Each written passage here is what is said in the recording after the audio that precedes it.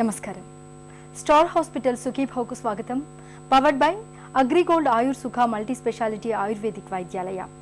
ఈరోజు కార్యక్రమంలో చర్మానికి కాస్మెటిక్ చిక్కులు, తలనొప్పి మందులతో తంటాలు, పెళ్లికి ముందు దంత సమస్యలపై పారా హుషార్, బెలూన్ సైనోప్లాస్టీతో సైనసైటిస్ మాయం, ఇంకా సమస్య సలహా హెల్త్ షేప్.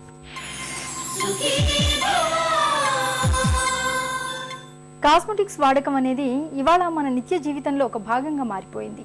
పొద్దున లేచింది మొదలు రాత్రి పడుకునేదాకా బొట్టు బిళ్ళలు, పౌడర్లు, క్రీములు మొదలుకొని హెయిర్ డైలు, సెంట్లు, స్ప్రేల వరకు ఎన్నో రకాల సౌందర్య సాధనాల్ని ఉపయోగిస్తూ ఉన్నాం.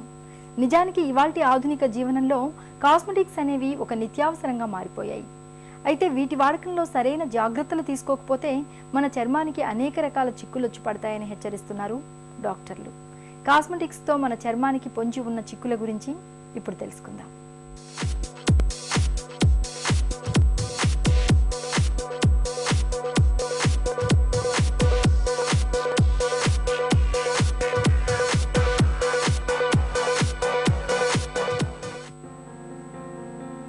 సౌందర్యోపాసన ఒకప్పుడు సంపన్న కుటుంబాలకు మాత్రమే పరిమితమైన సంస్కృతి.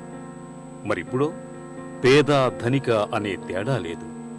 బయటకు బయలుదేరితే మొహానికి ఏదో ఒక క్రీమును పట్టించి కాస్త పౌడర్ అద్దాల్సిందే. ఇక పెదాలకు లిప్స్టిక్లు, బట్టలు సువాసన వెదజల్లేందుకు స్ప్రేలు, సెంట్లు ఎలాగూ ఉంటాయి. ఇక జుట్టు కాస్త తెల్లబడితే చాలు హెన్నా పెడుతున్నాం, జుట్టుకు రంగేస్తున్నాం. ఇలా ఒకటేమిటి, తల నుంచి కాలి గోళ్ల దాకా అన్నింటికీ నేడు ఏదో ఒక సౌందర్య సాధనాన్ని ఉపయోగిస్తున్నాం. సహజ సౌందర్యానికి కృత్రిమ సొబగులు అద్దే ఈ కాస్మెటిక్తో చాలా చిక్కులే పొంచి ఉన్నాయని చెబుతారు డాక్టర్. ఈ ఫెయిర్నెస్ క్రీమ్స్ ఏంటంటే వాటిలో ఇంగ్రీడియంట్స్ చాలా మటుకు కాస్మెటిక్ ప్రొడక్ట్స్లో చాలా మటుకు రివీల్ చేయరు. దాంతో అది they can cause contact allergic dermatitis.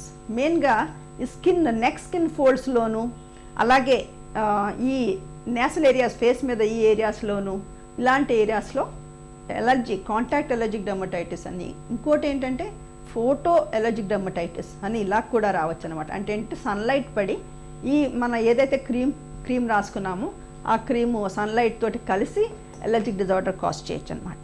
So ఈ టైప్ ఆఫ్ థింగ్స్ చాలా కామన్ అండి. అలాగే ఐలిడ్స్ మీద కూడా చాలా కామన్గా మనం ఎలర్జిక్ డిజార్డర్స్ చూస్తుంటాం. ఎందుకంటే ఐలిడ్ స్కిన్ చాలా డెలికేట్ అనమాట. అలాగే లిప్స్టిక్స్, తర్వాత పేస్ట్లు, బాడీ టూత్ పేస్ట్లు కూడా పడకపోతే ఒక్కొక్కసారి చాలామందికి మూతి చుట్టూ ఎలర్జిక్ డిజార్డర్స్ అవి వచ్చే ఆస్కారం ఉంటుందన్నమాట. ఆల్మోస్ట్ 1 in 4, 1 in 6లో మేము చూస్తుంటామండి బింది డర్మటైటిస్. అంటే చాలామంది ఆ స్టిక్కర్కి ఉన్న గమ్కి వస్తుంటుంది. కొంతమందికి అయితే కుంకుమ పెట్టుకుంటే ఆ ఎర్ర కుంకుమలో ఉన్న కెమికల్ కూడా వాళ్ళకి వస్తూ ఉంటుంది అనమాట. అలాగే hair dyes so common. Hair dyes తోటి ఎలర్జీస్ వాళ్ళకి ఏంటంటే హెయిర్ డై పెట్టగానే నెక్స్ట్ డే ఆ జుట్టు దగ్గర ఏమవుతుందంటే వాపు వచ్చేసి విపరీతమైన దురద వచ్చేస్తుంది అనమాట. నిత్యం మనం వాడే సబ్బులు, షాంపూలు, క్రీములు, స్ప్రేలు, లిప్స్టిక్లు ఏవైనా కానివ్వండి, వాటిలోని రంగు, అవి వెదజల్లే సువాసన మనల్ని ఇట్టే ఆకర్షిస్తాయి. ఈ సౌందర్య సాధనాల్లో రంగు, సువాసనల కోసం అనేక రకాల రసాయనిక పదార్థాలను, కృత్రిమ రంగుల్ని కలుపుతారు. అంతేకాదు, ఈ కాస్మెటిక్స్ చాలా కాలం పాటు నిల్వ ఉంచేందుకు వీలుగా కెమికల్ ప్రిజర్వేటివ్స్ ని సైతం జోడిస్తారు.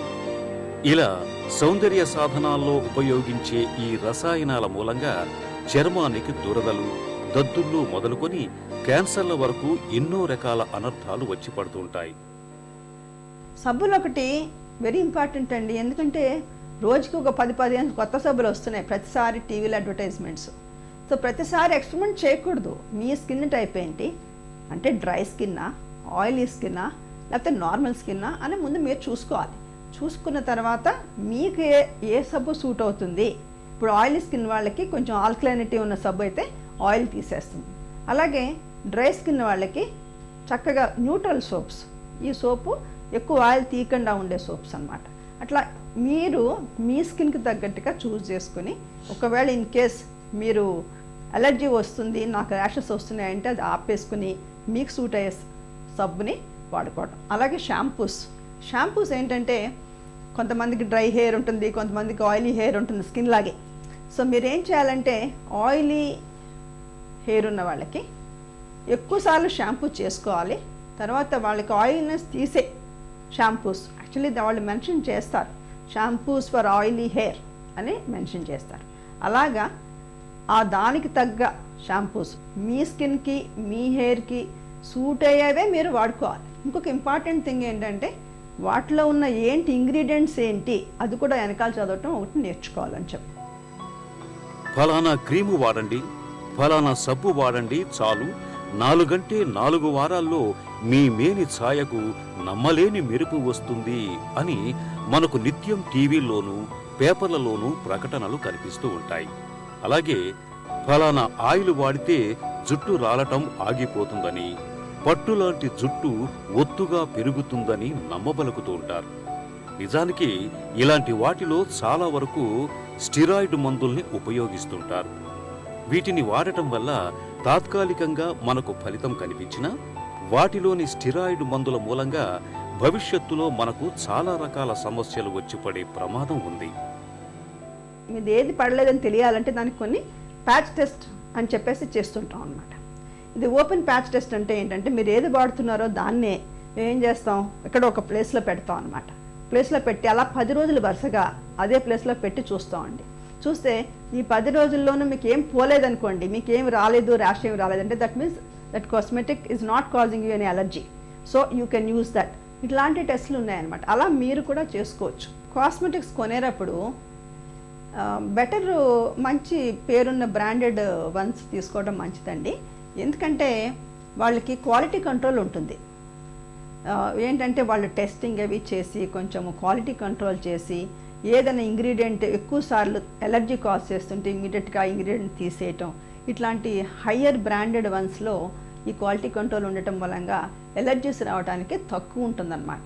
సో ఇది వెరీ ఇంపార్టెంట్, ఫాలో అవ్వాలి. సినీ తారలు పక్కింటి వాళ్ళు వాడుతున్నారని మనం కూడా అలాంటి కాస్మెటిక్ సాధనాల్ని వాడటానికి ప్రయత్నించకూడదు.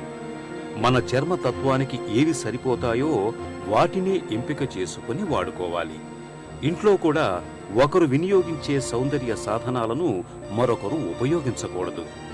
మేకప్ వేసుకునే ముందు చేతులు శుభ్రంగా కడుక్కోవాలి. కాస్మెటిక్స్ను వాడిన వెంటనే మూత పెట్టేయాలి, లేకుంటే ఫంగస్ చేరే ప్రమాదం ఉంది. సౌందర్య సాధనాలు కాస్త ఖరీదైనవే కొనుక్కోవటం మేలు. కాస్మెటిక్స్ అనేవి కేవలం తాత్కాలికంగా సౌందర్యాన్ని ఇనుబడింపజేస్తాయన్న విషయాన్ని ఎప్పుడూ గుర్తుంచుకోవాలి. అందుకే సాధ్యమైనంత వరకు అతిగా కాస్మెటిక్స్ వాడకుండా ఉంటేనే మంచిది.